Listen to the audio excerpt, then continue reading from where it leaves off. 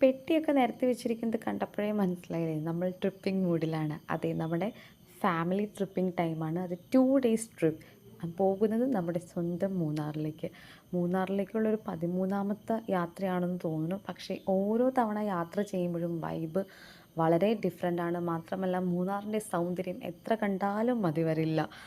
ഓരോ തവണയും ഓരോ ഡിഫറെൻറ്റ് ഫീലിങ്സാണ് നമുക്ക് നൽകുന്നത്. ഈ തവണ നമ്മുടെ ഡെസ്റ്റിനേഷൻ വട്ടവടയായിരുന്നു. വട്ടവടയിലെ സ്ട്രോബെറി തോട്ടം കാണാൻ കുട്ടികളൊക്കെ വളരെ എക്സൈറ്റ്മെൻ്റ് ആയിരുന്നു. അവിടെ പോയി സ്ട്രോബെറി ഒക്കെ നേരിട്ട് കണ്ടും സ്ട്രോബെറി കഴിച്ചും സ്ട്രോബെറി വൈനൊക്കെ നമ്മൾ ടേസ്റ്റ് ചെയ്തു കേട്ടോ. നല്ല രസമായിരുന്നു അവിടുത്തെ ഓരോ കുഞ്ഞു കുഞ്ഞു ഫാമൊക്കെ കാണാൻ. അതെല്ലാം എക്സ്പ്ലോർ ചെയ്ത് നമ്മൾ ഈ ട്രിപ്പിൻ്റെ ഹൈലൈറ്റിംഗ് ആയിട്ടുള്ള യൂക്കാലിപ്സ് റിസോർട്ടിലേക്ക് എത്തി. ഇത് ഫസ്റ്റ് ടൈമാണ് നമ്മളെല്ലാ ഫാമിലീസും ചേർന്ന് ഇതുപോലെ ഒരു സ്റ്റേ ഒക്കെ എടുക്കുന്നത്. അപ്പോൾ അത് വല്ലാത്തൊരു ഡിഫറെൻറ്റ് വൈബ് തന്നെയായിരുന്നു. സ്ഥിരം നമ്മൾ ട്രാവലിംഗ് മാത്രമായിരുന്നു. ഇതുപോലൊരു സ്റ്റേ ഒക്കെ ചെയ്ത് റിഫ്രഷ് ചെയ്ത് സ്വിമ്മിംഗ് പൂളൊക്കെ എല്ലാവരും എൻജോയ് ചെയ്തു. കുട്ടികൾക്ക് എൻജോയ് ചെയ്യാൻ വേണ്ടി നമ്മൾ വീട്ടിൽ നിന്ന് ഡക്സൊക്കെ കൊണ്ടുവന്നിരുന്നു. എല്ലാവരും up to the maximum explore ചെയ്തു.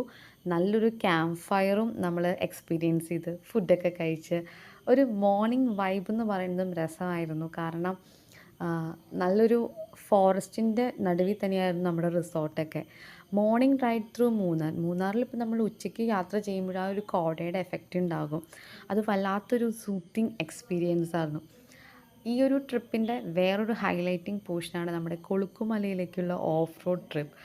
വണ്ടിയിൽ നിന്ന് വളരെയധികം ഒച്ചയും ബഹളങ്ങളും ആരവങ്ങളൊക്കെ ആയിരുന്നു. പക്ഷേ എല്ലാവരും ഒരുപോലെ എൻജോയ് ചെയ്ത ഒന്നായിരുന്നു ഈ ഓഫ് റോഡ് റൈഡ്. ഏകദേശം ഒരു 3 മണിക്കൂർ ടൈം എടുത്തു നമ്മൾ അപ്പ് ആൻഡ് ഡൗൺ പോയി വരാനായിട്ട്.